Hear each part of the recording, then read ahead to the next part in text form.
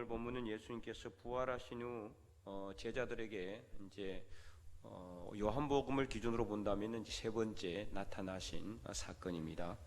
첫 번째는 이제 제자들이 두려워서 문을 닫고 있었을 때, 두 번째는 이제 도마를 위해서 특별히, 그리고 오늘은 이제 세 번째 예수님께서 부활하신 후 나타나신 사건. 물론 막달라 마리아에게도 나타나신 걸로 하면 네 번째로 볼 수 있지만 제자들에게 나타나신 것은 세 번째라고 볼 수 있습니다. 14절까지인데 이제 6절까지 읽은 것은 이제 오늘 본문의 이제 주제는 전반절이 있기 때문입니다. 다음 주에는 7절에서 14절까지 내용을 살펴볼 텐데요. 제자들이 이제 예수님의 부활을 보지 못하고 물고기 잡으러 간 게 아니잖아요. 이미 제자들에게 나타났습니다. 그래서 20장 19절, 20장 19절 말씀을 보면은 제자들에게 너희에게 평강이 있을지어다 이렇게 나타나셨어요. 그래서 예수님의 못자국 난 손과 옆구리를 다 보여주셨죠. 제자들도 분명히 알았어요. 아, 예수님께서 부활하셨구나. 그런데도 불구하고 왜 제자들은 물고기를 잡으러 갔을까요? 그 이유에 대해서는 뭐 정확하게 나와 있지는 않지만 우리가 이제 성경 전체 문맥을 통해서 짐작할 때 여전히 제자들의 그 믿음이 부족하다라고밖에 이제 생각하지 않을 수가 없죠. 특별히 오늘 본문을 잘 보면은요, 이제 아주 특징적인 내용이 나와요. 2절에 시몬 베드로와 디두모로 하는 도마와 갈릴리 가나 사람 나다나엘과 세베대의 아들들과 또 다른 제자 둘, 또 다른 제자들은 이름도 안 밝히고 있어요. 그죠? 이름도 안 밝히고 있고, 그리고 맨 처음에 이름을 나오는 사람은 누굽니까? 베드로. 그 다음에 누구예요? 도마입니다. 도마. 그죠? 디두모라 하는 도마. 자, 그러면은 베드로는 어떤 사람입니까? 이 제자들의 수장이죠. 수장. 이미 이제 제자들의 리더로서의 그 위치가 있었어요. 베드로에게는 이는 다 이제 알고 있고 또 이제 인정하는 그런 내용이죠. 사복음서 다 보면은 항상 누가 먼저 나옵니까? 베드로가 먼저 나오죠. 그 다음에 도마는 어떤 사람입니까?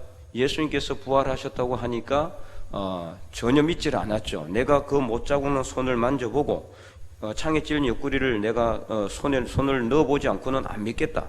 의심이 많던 도마인데 그 도마를 위해서 예수님이 또다시 나타나셨잖아요. 도마가 있을 때. 그래서 20장 27절에 도마에게 그래서 너는 믿음 없는 자가 되지 말고 믿는 자가 되라 이렇게 이야기를 예수님께서 권고하시는 내용이 있었죠. 그러니까 이제 베드로는 바로 제자들의 수장이었고요, 도마는 의심이 많았습니다. 그래서 이 베드로와 도마가 맨 앞에 제자들의 이름이 나와 있죠. 2절에. 그 이유는 무엇이라고 보겠습니까? 이제 본문에 나와 있지는 않지만 짐작할 수 있는 것은 이 제자들, 그래서 이 제자들의 수장인 베드로가 맨 앞에 나와 있고 의심 많은 도마, 여전히 그들은 의심하고 있다. 만약에 예수님께서 완전한 부활을 그들이 확실하게 믿었다면은 그들이 지금 물고기 잡으러 갈 상황이 아니잖아요. 어쨌든지 간에 부활하신 예수님을 기쁨과 감사로 전해야 되는, 부활의 증인이 되어야 되는데 전혀 그러지 않고 있죠. 여전히 물고기 잡으러 가는 이 제자들. 그래서 어떻게 보면은 요한복음의 저자는 누굽니까? 사도 요한이죠. 요한은 이것을 애들로 표현하고 있다라고 볼 수가 있어요. 이 제자들의 부족함, 제자들의 믿음 없음, 여전히 세상에 미련을 두고 있는, 여전히 세상에 소망을 두고 있는 이 제자들의 부족한 모습을 그대로 표현하고 있다라고 볼 수가 있습니다. 그러면서 자기의 이름은 아직 빼지는 않았죠. 하지만 아주 어떻게 보면은 영특하다고 볼 수가 있어요. 자기 이름을 교묘하게 어떻게 했어요? 나타내기는 했지만 숨기고 있어요. 어디에 나옵니까? 요한의 이름이 세베대의 아들들에 나와 있죠. 자, 세베대의 아들 누굽니까? 야고보와 요한이죠. 요한의 아버지 이름이 세베대. 그 세베대의 아들들 이렇게 함으로써 자기 이름은 직접적으로 나타내지 않고 하지만 또 자기 이름은 그대로 또 표현하고 있다. 어쨌든 간에 야고보와 요한의 아버지 세베대이기 때문에 자기 이름은 나왔고 또 나머지 다른 제자 둘은 아예 이름도 빼버렸어요. 빼버리는. 그러니까 그만큼 이제 이 사도 요한은 이제 요한복음을 나중에 저술을 하지 않았습니까? 그러니까 이제 어쨌든 자기도 거기에 대한 책임이 있었고, 다른 제자의 이름은 아예 빼버리고 야곱 그리고 베드로와 도마의 이름을 맨 앞에 넣어놓음으로 인해 가지고 이 7 제자에게 나타나신 상황이지만, 그럼에도 불구하고 물고기를 잡으러 간 이 제자들의 잘못된 부분을 갖다가 어떻게 보면은 나무라고 있는 것으로 볼 수가 있다. 자기를 표현해서. 어쨌든 이 제자들은 물고기를 잡으러 갔으니까 3절에 시몬 베드로가 나는 물고기 잡으러 가노라. 그들이 우리도 함께 가자. 이들은 누굽니까? 세베대의 아들들 둘, 그죠? 야고보, 요한 사도 요한을 포함해서 그 다음에 도마가 특징적으로 딱 나타나고 있죠. 디두모라 하는 도마, 빼지도 박지도 못하게 딱 이름을 정확하게 의심 많은 도마의 이름을 넣어놨어요. 그리고 다른 제자 둘 이름은 나와 있지도 않고 7명의 제자들이 물고기 잡으러 갔다. 이는 거의 대부분 다 갔다라고 볼 수는 있죠. 자, 이 예수님의 제자 중에서 수제자라고 하는 베드로, 그 다음에 항상 예수님이 뭐 이렇게 중요한 일일 때 가장 많이 데리고 다녔던 제자 3명이 누굽니까? 베드로, 야고보, 요한. 그죠? 그러니까 이게 거의 대부분이라고 보면 되겠죠. 제자들의 아주 핵심적인 제자들은 다 갔다라고 볼 수가 있는 이 상황에서 그들은 어떻게 했습니까? 밤새도록 고기를 잡았지만은 어떻게 됐어요? 한 마리도 잡지 못했다. 아무것도. 이 3절을 보면은요, 그들이 배에 올랐으나 그날 밤에 아무것도 잡지 못했다. 이렇게 기록하고 있어요. 야, 아무리 그래도 어떻게 한 마리도 잡지 못했을까? 한 마리도. 너무 이상하잖아요. 어쨌든 간에 이거는 하나님께서 하신 일이라고 볼 수가 있죠. 하나님 없이, 예수님 없이, 비록 예수님이 지금 부활하셨는데도 불구하고 그 예수님을 믿지 못하고 예수님을 의지하지 못한다면 예수님 없이 간 거예요. 예수님 없이 세상 일을 가고 예수님 없이 무슨 일을 하려고 하면은 항상 어떻게 된다? 실패할 수밖에 없다. 이것을 분명히 이제 사도 요한은 그것을 분명히 표현하고 있다. 한 마리는 잡았을지도 몰라요. 그죠? 뭔가 피렘이라도 잡았을지 모르지만 분명히 사도 요한은 이렇게 말하고 있어요. 아무것도 잡지 못하였더니. 그래서 4절에 날이 새어갈 때, 이게 얼마나 열심히 했길래 도대체 그럼 밤에 갔던 오후에 늦게 갔던 밤새도록 거물을 내려서 고기를 잡았는데 한 마리도 못 잡았다. 그래서 한 마리도 잡지 못한 그들에게 누가 나타났습니까? 예수님께서 나타나셨다. 4절에 날이 새어갈 때 예수께서 바닷가에 서셨으나 제자들이 예수인 줄 알지 못하는지라. 이거 왜 몰랐을까요? 갈릴리 바다라고 하는 이제 이 바다, 물론 바다라고 칭할 만큼 상당히 넓은 호수입니다. 이렇게 바다처럼 상당히 넓은 호수였지만은 그들이 깊은 데서 가서 그물을 내리지는 않았을 겁니다. 분명히 이제 이 물가에 서 계시는 예수님을 그들이 보기는 봤지만은 어떻습니까? 여전히 그들은 예수님을 알아보지 못하고 있다는 것은 뭐를 의미하느냐? 그들의 영적인 눈이 여전히 감겨 있다는 것을 말하고 있는 거예요. 영적인 눈이 여전히 예수인지를 보지 못했다, 알지 못했다. 이것은 바로 예수님이, 부활하신 예수님이 눈앞에 있는데도 불구하고 그 예수님을 보지 못하는 제자들을 의미하고 있는 겁니다. 그래서 그런 제자들에게 예수님은 5절 말씀에 이르시되 애들아 너희에게 고기가 있느냐. 이 예수님이 고기가 있는지 없는지 몰라서 물었을까요? 절대 아니죠. 예수님이 이미 알고 있었어요. 한 마리도 잡지 못하고 있다는 것을. 그래서 없다고 대답하자 6절에 그물을 배 오른편에 던지라. 그랬을 때 어떻게 했습니까? 물고기가 많아 그물을 들 수 없을 정도로. 그래서 몇 마리 잡았습니까? 153마리. 그러니까 모나미 볼펜에 153이라고 써져 있잖아요. 그 장로님도 이제 이런 일화가 있어요. 그 모나미 볼펜 사장님, 힘들고 어려워서 신앙적으로 방황하고 있을 때 이 말씀을 통해서 은혜를 받고 다시 회심하고 다시 믿음의 길을 갔을 때 그래서 이제 그것을 기념 삼아서 그 볼펜, 모나미 볼펜을 만들고 153이라는 숫자를 써놨다는 거죠. 153. 그랬을 때 대박이 났다는 거예요. 모나미 볼펜이 막 불티나게 팔리고, 그래서 엄청난 이렇게 성공을 거둔, 그 장로님 이제 그 사장님이 한번 예전에 간증을 한 걸 들은 적이 있는데, 그래서 이처럼 153마리나 되는 물고기를 잡게 되는 엄청난 역사를 이루게 됐다. 자, 이 성을 통해서 우리는 무엇을 알 수가 있느냐? 지금 제자들은 어떤 상태입니까? 실패한 상황이에요, 그죠? 첫째는 어떻습니까? 세상에서도 실패했어요. 세상에서도, 그죠? 만약에 그들이 예수님을 놔버리고 세상에 가서 성공을 했더라면은 거기를 갔을지 모르지만 어쨌든 간에 그들은 세상에서도 실패했고, 그 다음에 또 두 번째는 어떻습니까? 영적으로도 믿음으로도 실패한 거죠.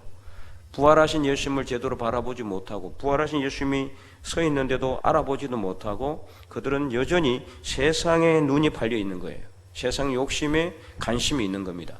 예수님에게 관심이 없으니 예수님 옆에 있어도 모르는 거예요. 바로 옆에 있어도 몰라요.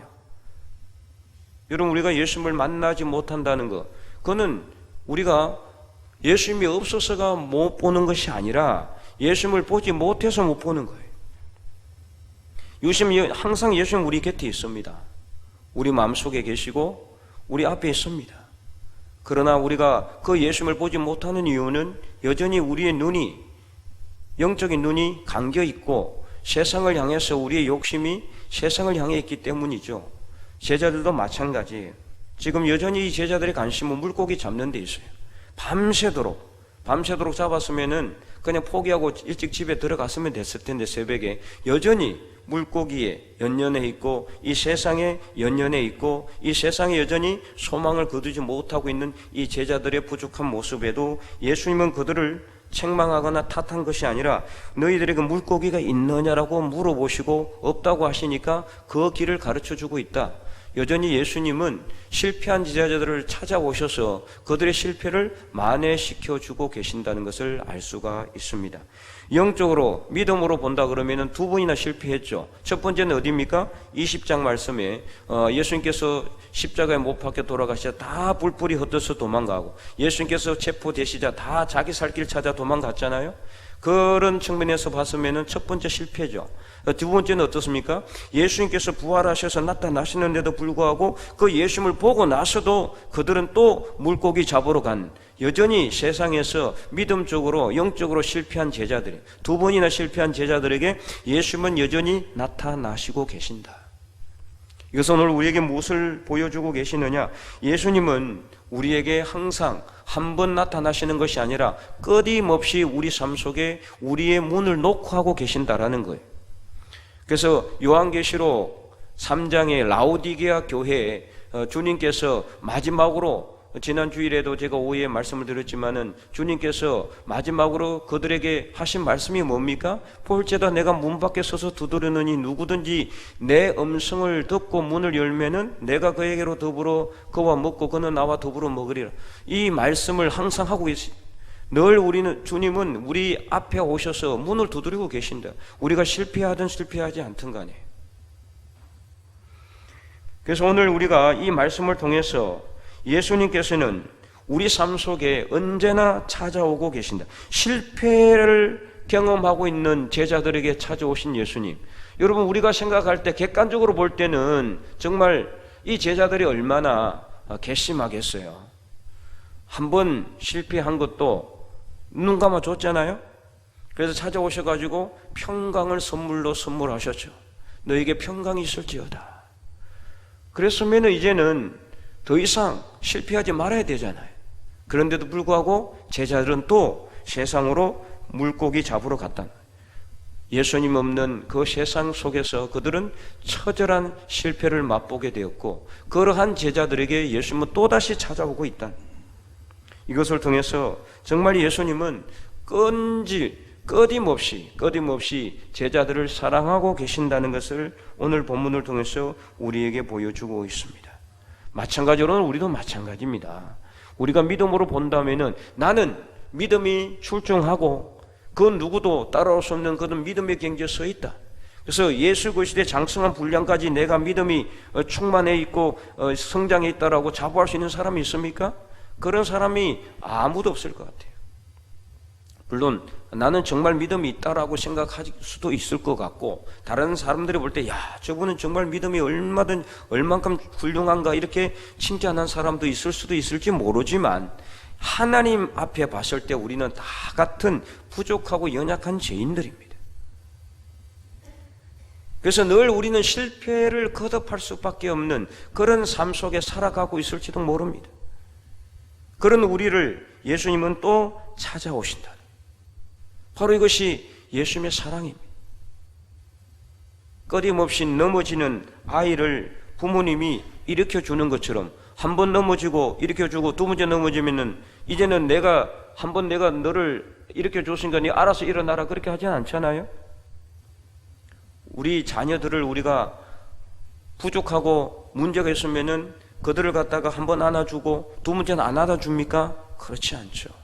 끊임없이 우리 자녀를 안아주는 것처럼 예수님도, 우리 하나님도 실패한 수밖에 없는 이 세상 속에서 힘들어하고 고통스러워하는 우리를 외면하지 아니하시고 찾아오신다. 그래서 이것을 우리가 오늘 배울 수 있어야 됩니다. 예수 그리스도의 영성, 이것은 끊임없이 실패한 자들을 찾아오시는 예수님의 사랑의 영성의 모습입니다. 그래서 예수님은 세상 속에서도 우리가 실패하지 않도록 도우신다는 것을 오늘 본문은 우리에게 분명히 보여주고 있다. 이 제자들이 밤새도록 배를 가지고 그 갈릴리 바다에 가서 물고기를 잡았는데 한 마리도 잡지 못했으면은 얼마나 창피하겠습니까? 그 다음날 새벽에 그들을 바라보는 다른 사람들이 얼마나 이 제자들을 비난하고 또 조롱했겠습니까? 그런 제자들에게 물고기가 많아 그물을 들 수 없을 정도로 많은 물고기를 잡게 하신 예수님, 세상 속에서도 우리로 하여금 좋은 길을 가게 하시는 예수님, 그래서 우리로 하여금 그 실패를 만회하게 하시는 예수님을 우리가 바라볼 수 있기를 바랍니다. 그래서 세상 속에서도 물고기 많이 잡게 하신다. 예수 믿으면은 늘 찢어지게 가난하고 힘들고 고통스러운 삶만 살아가는 게 아닙니다. 예수님을 믿고 예수님께서 주시는 좋은 길을 우리가 얻을 수 있고 평안하고 복된 삶 살아갈 수 있습니다. 물론 그러지 않을 수도 있고요. 하지만 중요한 것은 무엇이냐? 우리에게는 늘 우리 곁에 계시는 예수님이 있다는 사실입니다. 항상 부활하신 예수님께서 우리 곁에 서 계신다는 사실입니다. 언제든지 우리가 손만 내밀면은 예수님께서 우리 손 잡아 주신다는, 그 예수님의 손을 잡고 오늘도 우리는 실패를, 좌절을 우리가 딛고 일어날 수 있기를 간절히 소망합니다. 그래서 그 예수님 손 잡고 일어나면 됩니다. 넘어졌더라도 다시 일어나면 됩니다. 문제는 뭐냐? 바로 우리의 관심이 세상이 아니라 예수님에게 있어야 된다. 예수님께서 왜 이 땅에 오셨는가? 예수님께서 왜 십자가의 길을 걸어가셨는가? 예수님께서 왜 십자가에 못 박혀 돌아가셨는가? 거기에 우리가 관심을 두면 됩니다. 그러면 언제든지 예수님은 우리를 향해서 손을 내밀어 주시고, 우리가 실패를 100번, 1000번 했을지라도 101번째, 1001번째 우리 손을 잡아 일으켜 주신다는, 끊임없이 우리 곁에 서 계시는 그 예수님을 믿음의 눈으로 바라볼 수 있기를 바랍니다. 그래서 이 사순절 우리를 위하여 십자가의 길을 걸어가신 예수님을 우리 믿음의 눈으로 바라보고, 이제는 우리 관심을 이 세상이 아니라 예수님께로 돌려서 예수님을 손잡고 일어나서 이 세상에서도 승리하고 믿음으로서도 이겨나가는 하나님의 거룩한 백성들이 다 될 수 있기를 주님의 이름으로 간절히 축원드립니다.